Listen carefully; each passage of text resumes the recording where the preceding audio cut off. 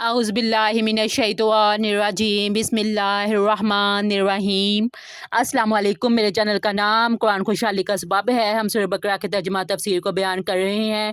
आज भी पारा नंबर दूसरा है, आयत नंबर 251 है। पास शाकिस दी अल्लाह के हुक्म से इन्होंने यानी बनी इसराइल ने कत्ल कर दिया। दाऊद अलैहिस्सलाम ने जालूत को अता फरमाई। अल्लाह ताला ने हज़रत दाऊद अलैहिस्सलाम को हुकूमत और दनाई, बादशाही और दनाई सिखाया। उसे जो चाहा, अल्लाह पाक ने जो चाहा उसको सिखा दिया। जब तलूत बनी इसराइल के बादशाह बन गए तो आपने बनी इसराइल को जहाद के लिए तैयार किया और एक काफर बादशाह जलूत से जंग करने के लिए अपनी फ़ौज को लेकर मैदान जंग में निकले। जलूत बहुत ही कद्दावर और नहायत ही ताकतवर बादशाह था। वो अपने सर पर लोहे की जो टोपी पहनता था, इसका वज़न 300 रतल था। और जब दोनों फ़ौजें मैदान जंग में आमने सामने हुई, लड़ाई के लिए सफ़ा आराई कर चुकी, तो हज़रत तलूत ने अपने लश्कर में ये ऐलान फरमा दिया कि जो शख्स जलूत को कत्ल करेगा, मैं अपनी शहज़ादी का निकाह इसके साथ कर दूंगा और अपनी आधी सल्तनत भी इसको अता करूंगा।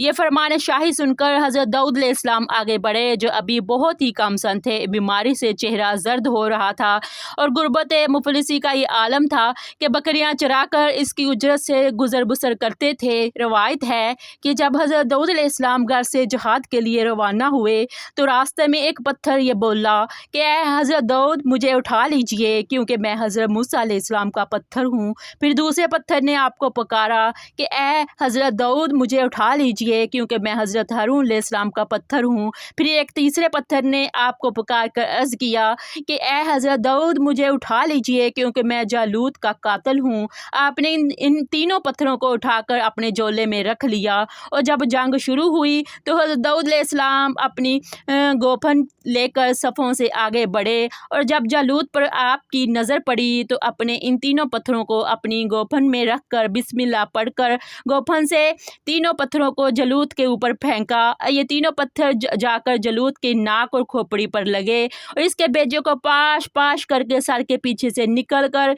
30 जालूतियों को लगे और सब के सब मकतूल होकर गिर पड़े। फिर हज़रत दाऊद अलैहिस्सलाम ने जालूत की लश्कर को लाश को घसीटते हुए ला कर अपने बादशाह हज़रत तलूत के कदमों में डाल दिया। इस पर हज़रत तलूत और बनी इसराइल बेहद खुश हुए।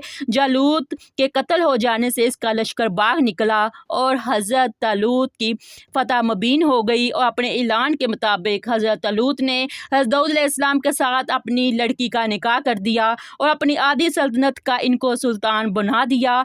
फिर पूरे 40 बरस के बाद जब हज़रत तलूत बादशाह का इंतकाल हो गया तो हज़रत दाऊद अलैहिस्सलाम पूरी सल्तनत के बादशाह बन गए। और जब हज़रत शमूएल अलैहिस्सलाम की वफ़ात हो गई तो अल्लाह ताला ने हज़रत दाऊद अलैहिस्सलाम को सल्तनत के साथ नबूवत से भी सरफराज फरमा दिया।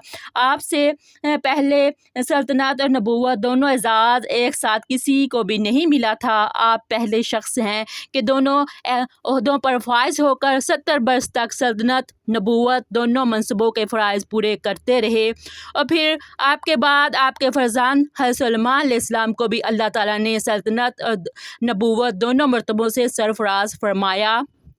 हज़रत दाऊद अलैहिस्सलाम बावजूद यके एक अजीम सल्तनत के बादशाह थे, मगर सारी उम्र वो अपने हाथ की दस्तकारी की कमाई से अपने खाने पीने का इंतज़ाम किया करते थे। अल्लाह ताला ने आपको ये मौज़ा अता फरमाया था कि आप लोहे को हाथ में लेते तो वो मोम की तरह नरम हो जाया करता था। आप इससे ज़र्रे बनाया करते थे, इनको फ़रोख्त करके इस रकम को अपना ज़रिया माश बनाए हुए थे। अल्लाह ताला ने आपको परिंदों की बोली भी सिखा दी थी।